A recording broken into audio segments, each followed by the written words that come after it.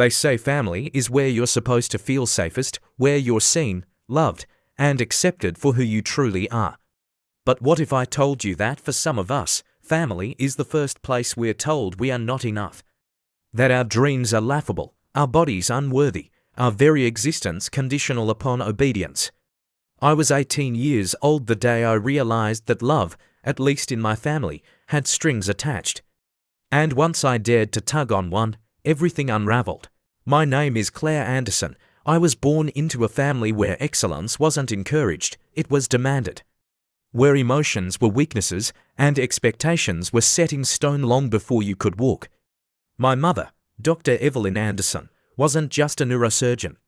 She was a legend at Massachusetts General Hospital, with research papers published in journals most people can't pronounce. My father, Dr. Charles Anderson, served as the chief of cardiology. Their marriage was less about romance and more about prestige, to titans of medicine building a dynasty. And they had a plan to daughters, to future doctors, to golden tickets to carry the Anderson name into the next generation of elite medical excellence. My sister, Lily, played the part perfectly. Beautiful, brilliant, obedient. She was everything they hoped for. Summa cum laude, beauty pageant smile, Johns Hopkins acceptance letter in hand. Her achievements were framed on every wall of our Beacon Hill home, my achievements. Well, let's just say there wasn't a wall big enough for my almosts. I was different. Not just in what I wanted, but in what I looked like, how I thought, and who I was becoming. While Lily sparkled in biology labs and charity galas, I found myself mesmerized by something far less noble in their eyes: business, marketing, innovation. I ran a small dog-walking business at 12, designed custom planners by 16, and earned more in high school than some interns at my father's hospital. But none of that mattered, not to them, Mitchell's Hill people. Claire. We don't sell things for profit, my mother once spat at dinner, as if I'd confessed to a crime. To them, ambition only mattered if it came with a white coat. What they didn't understand, or refused to, was that I wasn't rebelling. I was building something. I was trying to belong to myself, not a family myth I never chose. But the more I tried to show them who I really was, the more invisible I became. At school, I was the smart but not quite sister. At home, I was the disappointment with thick thighs and wild ideas. My mother would pull at my pasture, saying, "No one takes a slouching doctor seriously." My father once told me, "You're a smart girl, Claire. But medicine requires a certain discipline you don't seem to have." They never yelled, they didn't have to, their silence was sharper than any scream. And so, when I walked across that high school graduation stage, with honors, I might add, my parents barely looked up, my name was called, the crowd clapped, and my father scrolled through patient charts on his phone, my mother was checking her watch. But it wasn't until that night that the line between us was drawn with surgical precision. We hosted a celebration dinner, more of a branding event than anything else. My grandmother flew in from Chicago, colleagues of my parents, all doctors, filled our house. They toasted my future in medicine, spoke of Harvard Medical School as if my admission was already guaranteed. And then I stood up, I said the words that shattered the script they had written for me since birth. I've decided to study business. I got into Wharton, partial scholarship. You could have heard a pin drop, or a dream die. My mother's champagne froze midair, my father's smile vanished. My sister smirked, barely hiding her delight, and then the storm came. "You're embarrassing us," my mother hissed. "This is a phase," my father insisted, but I wasn't asking for permission. And when I left that night, with my Wharton acceptance letter in my bag and no more seat at their table, I thought the worst was behind me. I was wrong. Because nothing cuts deeper than being told you no longer belong, not because you failed, but because you dared to want something different. They said I was no longer a Mitchell, they erased me, just like that. Now, maybe you've never been kicked out of your family. Maybe you've never had to start from zero, a line, because of a dream. But maybe, just maybe, you've known the feeling of being othered by the people who should have loved you most. Maybe you've swallowed your truth just to keep a seat at a table you never chose. If that's you, keep listening, because what happened next changed everything. And I promise, you won't see the ending coming. If this opening struck a chord, subscribe to this channel to help us keep sharing real, raw stories like this. Your support is the reason we keep going, and trust me, the rest of Claire's journey will inspire you in ways you don't expect. Now, before we continue, I want to hear from you. Question of the day. If your family disapproved of your dream, would you A. Sacrifice your dream to stay connected to them?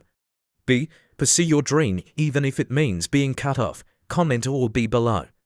I read every response, and your answer might help someone else find clarity in their own journey. Let's talk, let's heal, let's begin. There's a moment after being cast out that's quieter than you'd expect. Not angry, not chaotic, just still. That was the silence I sat in the morning after they told me I was no longer their daughter. I hadn't slept. I didn't cry.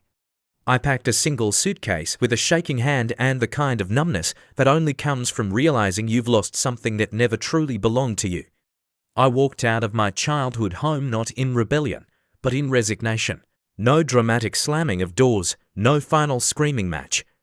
Just a girl with a dream, a letter from Wharton, and $200 in a second-hand wallet.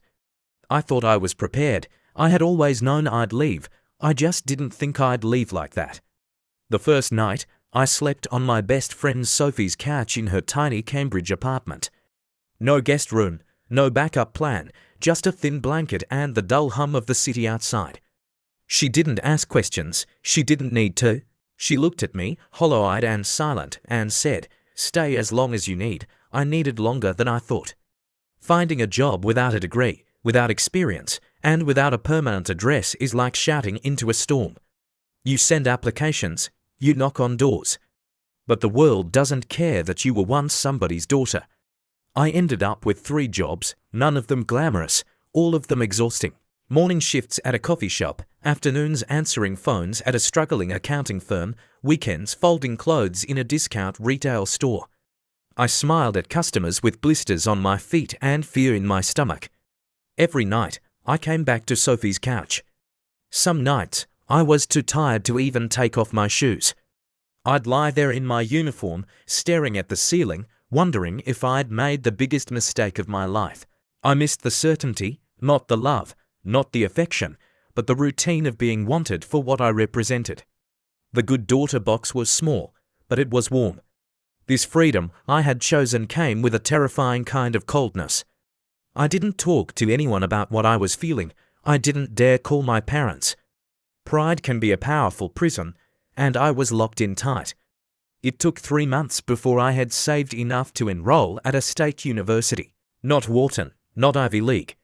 Just Massachusetts State, the kind of school my parents would never say out loud, but to me, it was a lifeline.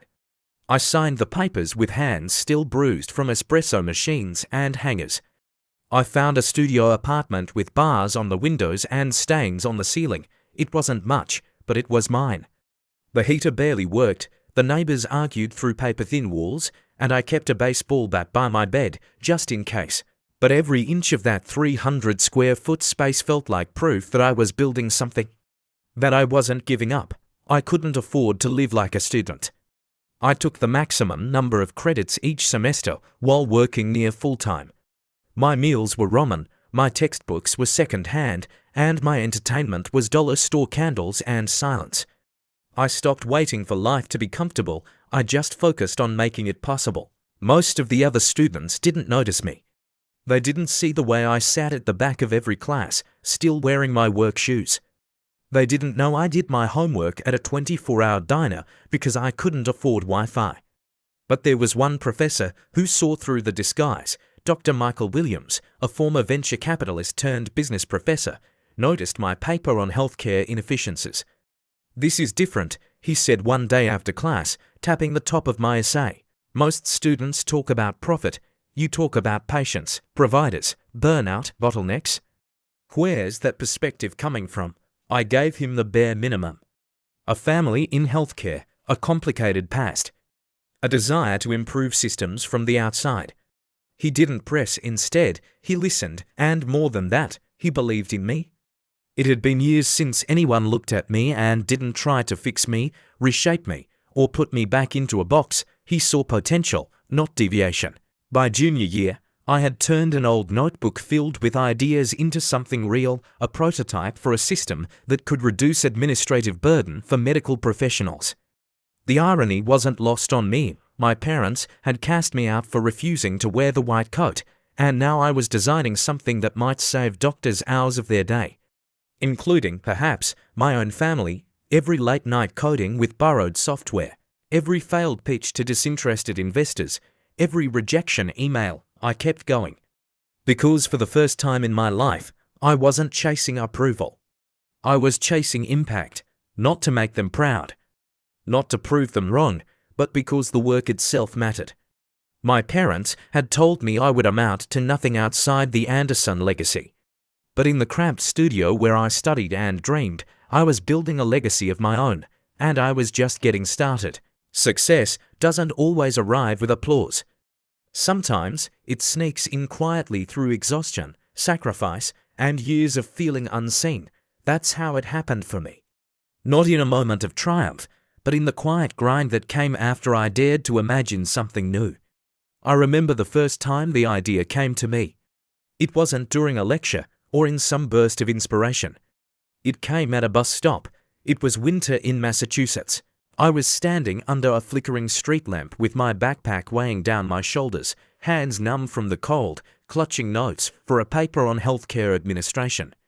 A woman beside me, a nurse, judging by her scrubs, was on the phone, clearly exhausted. She muttered, "I spent more time with a printer today than I did with patients." I smiled, not because it was funny, but because it was familiar. That sentence wouldn't leave me. It clung to the back of my mind like frost on a window. I kept hearing stories like hers, doctors spending hours on paperwork, nurses drowning in outdated systems, patients waiting while providers filled out forms instead of offering care. What if I could fix that? It started as a question. Then, slowly, it became a purpose. I began sketching ideas between classes and shifts. I wasn't a coder, but I understood systems. I understood flow, friction, inefficiency. My childhood had been a crash course in how the medical world was structured and how it failed its own. Ironically, the thing that once made me feel excluded now became my greatest advantage. I saw the flaws not as a doctor, but as someone just outside the walls, close enough to understand, far enough to challenge the norms. By the end of that semester, I had built a basic prototype, clunky, yes, but real. I called it MedFlow Systems, a tool designed not to replace care, but to return time to it. Of course, building something is one thing. Getting the world to believe in it is another. I pitched to 20 investors that year. Some meetings were in offices, others in coffee shops where I paid for my own drink with quarters. They smiled politely, they nodded. And they all said the same thing: you don't have the background, or worse, it's just not disruptive enough. But I didn't stop, because every time someone said no, I thought of that nurse at the bus stop, of my mother's cold eyes, of my father's silence. I didn't need validation anymore. I had traded that courtesy for conviction. I brought to classmates onto the project, both brilliant programmers, both skeptical at first. I couldn't pay them, but I offered equity and an unshakable promise. We were going to change the way healthcare worked from the inside out. We worked from a local startup incubator. The space was small, always cold, and smelled faintly of stale coffee and burned ambition. I slept on a futon in the corner for almost a year. Most nights I coded documentation myself because we couldn't afford staff. I learned enough about databases to keep the back end from crashing, and just enough about legal compliance to stay out of trouble. Our breakthrough didn't come with fanfare, it came with a risk. A mid-sized hospital group in Vermont struggling with staff shortages and soaring administrative costs agreed to pilot our system. It was a desperate gamble on their end. For us, it was a lifeline. We installed MedFlow with trembling hands, held our breath for months, and watched as the numbers shifted. Administrative time dropped. Patient satisfaction rose, billing errors decreased. The hospital's CFO called it a quiet revolution. That quote would become the first line of every pitch deck I made after. Once we had the proof, things began to move. A venture fund focused on healthcare took notice. They offered $2 million for a 15% stake. It wasn't just capital, it was credibility. For the first time in my life, people stopped asking what I was doing and started asking how they could be part of it. But success didn't change me overnight. The instinct to survive never quite leaves you. I still lived in my one-bedroom apartment, drove a car that rattled at red lights, and brought lunch from home. There was a part of me that didn't trust the success, as if one wrong move might send me right back to Sophie's couch, to plastic forks and midnight shifts. Even as the company grew, I worked like I had nothing. I couldn't afford to believe the ground was solid. But that fear became fuel. It kept me humble, focused. And then one day, sitting in our glass-walled conference room that I used to clean myself at night, it hit me. I was no longer building this company to prove something. I was building it because I believed in it. We weren't just reducing paperwork. We were giving people their time back. Giving care providers a chance to look patients in the eye again, not just at screens. And for patients, we were restoring dignity to the experience of being cared for. That meant something. Dr. Williams, my old professor, became our first board member. You know, he said during one of our early strategy meetings, if your parents could see you now. They don't, I interrupted. And that's okay, he nodded, he understood. Because by then, I wasn't chasing their approval, I had outgrown it. I had built something they couldn't control, couldn't predict, and would likely never understand. I was no longer the girl who left with nothing. I was the woman who returned with a vision. It started with a name. One lazy Sunday morning, flipping through a glossy society magazine at the salon, I wasn't expecting to be thrown back into a world I'd spent nearly a decade escaping. But there it was, printed in elegant serif font between engagement announcements and philanthropic galas, Dr. Lily Anderson and Dr. James Thompson. My sister, my blood, smiling next to a man whose name I knew far too well.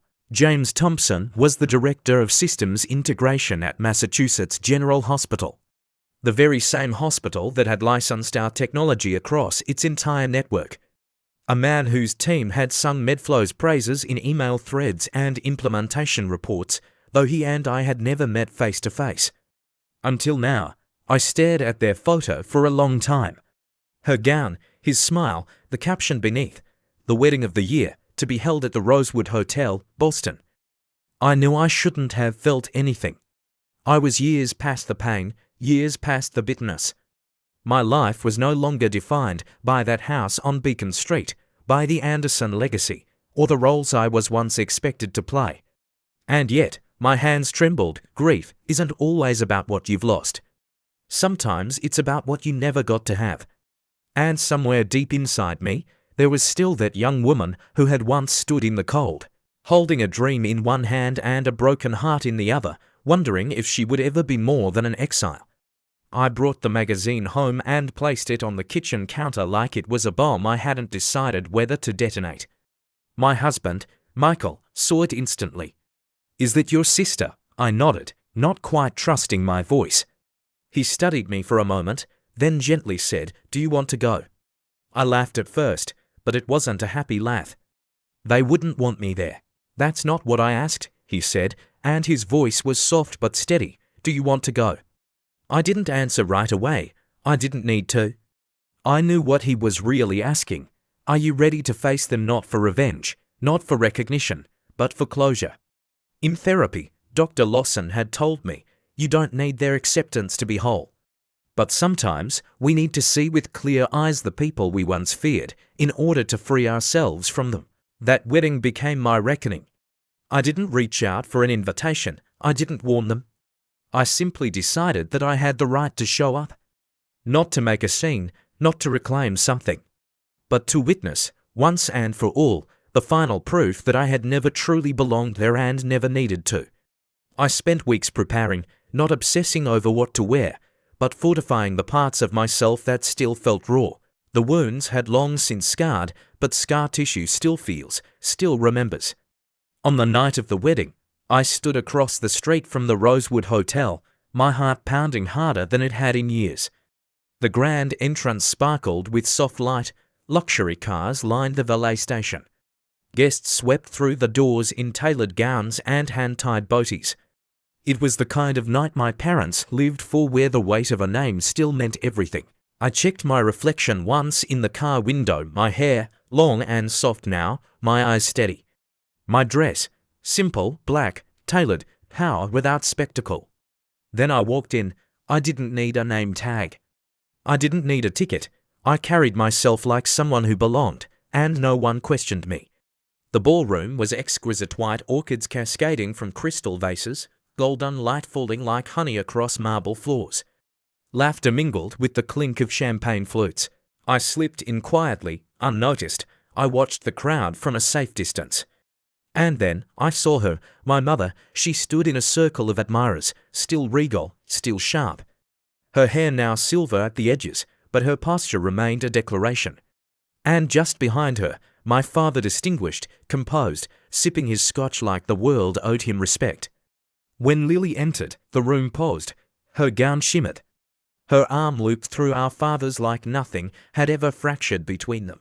The embodiment of everything they had hoped I would be. No one noticed me. Not until my great-aunt did a double take, whispering my name with a question mark at the end of it. Her voice wasn't loud, but it was enough. My mother turned, our eyes locked. In that single, electric moment, I saw it all: confusion, disbelief, fury, calculation. She crossed the ballroom in less than 10 seconds. "What are you doing here?" she hissed, voice low, eyes sharp. "You are not welcome." She gripped my arm. I gently removed her hand. "I'm not here to cause trouble," I said. "I came to offer congratulations." She called security without hesitation. Lily appeared then, her face tight, her joy visibly cracking. "You're not invited," she said. "You don't belong here." Before the guards could reach me, a new voice rang out. "Stop." It was James. He stepped forward, eyes narrowing as he studied me. "Wait. You're Claire Anderson." "Yes," I replied. "Come now, founder of Medflow." A wave passed through the crowd. The name meant something here. James looked from me to my family, visibly stunned. "Why would you try to remove her?" "She's estranged," my mother snapped. "She left the family." "No," I said, turning to the crowd. "They removed me because I chose a different path."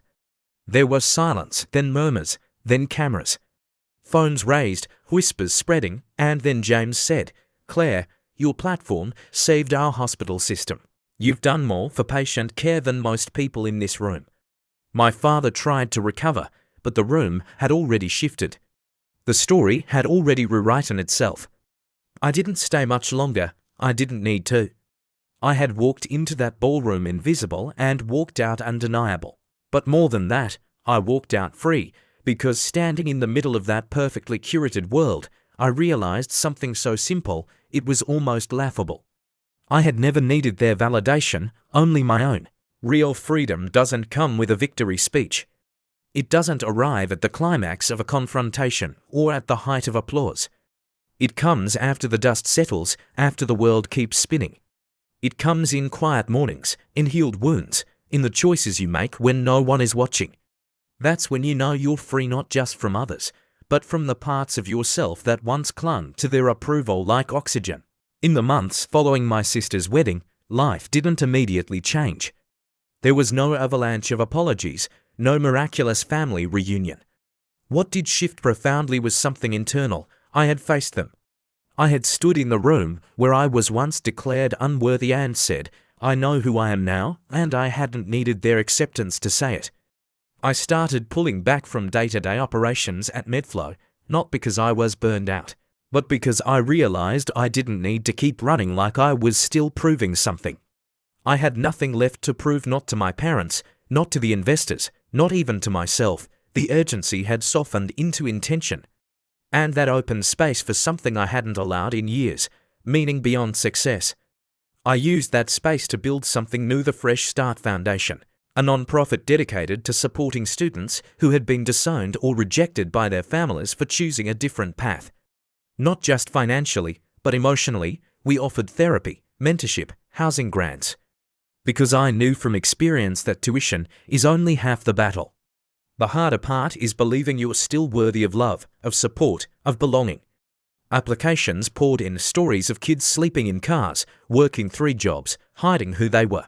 And again, they ended their letters with some version of, "I just want to be seen." I understood that sentence in my bones. And the irony. Some of our earliest and most generous donors came from the very medical community that had once idolized my parents. Doctors who whispered to me at conferences, "My daughter's an artist, my son wants to be a chef." I didn't handle it well, they didn't say it out loud, but I heard what they meant. I don't want to lose them the way your parents lost you. The work fulfilled me in a way I hadn't expected. It was slower than the thrill of building a company, less glamorous than being featured in a magazine. But it was deeply human and deeply healing. Michael and I married quietly one spring in a garden just outside Boston. No press, no designer gowns. Just a circle of people who had stood by me during the storm. Sophie, Professor Williams, a few of our scholarship recipients who had become like younger siblings. My sister came, too. She was softer that day, quieter. We didn't pretend we had always been close. But we were building something new, not out of nostalgia, but out of choice. She was separating from James, she told me, simply. He couldn't look at me the same after hearing what I had helped do to you. Didn't gloat. I didn't pity her, I just listened. Because if I wanted grace for myself, I had to offer it to others too, even when they had once hurt me. My parents never truly changed. They sent a carefully worded letter after the wedding scandal went viral. It wasn't an apology, it was image control. My father suggested we put the past behind us. My mother wrote that she had always believed in my potential, which was perhaps the greatest rewrite of history I'd ever read. I responded politely, but I didn't engage further. I no longer needed to claw at the locked doors of their affection. I had found other rooms, brighter ones, warmer ones. Built not on legacy, but on truth. Then, 3 years after that confrontation, I got the call. My mother had been diagnosed with advanced pancreatic cancer. "She's asking for you," Lily said softly. At first, I didn't know what to do with that information. Part of me wanted to ignore it, another part wanted to rage. But what I did instead was call Dr. Lawson. Forgiveness, she reminded me, doesn't mean reconciliation. It means freedom from the weight of resentment. So I went, not for her, for me. When I entered the hospital room, I barely recognized her. The woman who had once towered over me with icy precision now lay frail, yellowed, and wrapped in soft blankets that did little to warm the space between us. She looked at me, tears forming. "You proved me wrong," she said, her voice cracked and thin. "I didn't think you could succeed without us." It wasn't an apology, but it was honest. "I didn't succeed because of or despite you," I told her quietly. "I succeeded because I finally stopped needing to be someone else." She nodded. It was the closest we ever came to understanding one another. She passed 2 months later. At the funeral, I stood near the back. I didn't speak. I didn't need to. The people who mattered knew my story.